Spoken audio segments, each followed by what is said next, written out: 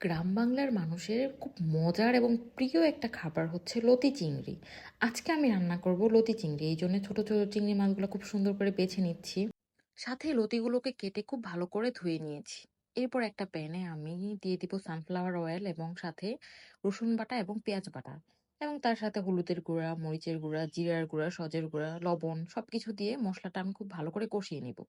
আমার মসলাটা কষানো হয়ে গেলে আমি মসলাটায় যে আলুগুলো কেটে রাখছিলাম সেগুলো দিয়ে দিয়েছি এবং সাথে চিংড়ি মাছটাও দিয়ে দিয়েছি, এবং এইটাকে আমি আর একটু ভালো করে কষায় নিব। চিংড়ি মাছ এবং আলু সুন্দর করে কষানো হয়ে গেলে আমি এই পর্যায়ে আমার কেটে রাখা যে লতিগুলো ছিল সেগুলো আমি দিয়ে দিব এবং এইগুলোকেও খুব সুন্দর করে কষাবো। এই লতি রান্নাটা আমি আমার আম্মুর কাছ থেকে শিখছি। আমার আম্মু এত মজা করে রান্না করতো, আমার খুবই ভালো লাগতো।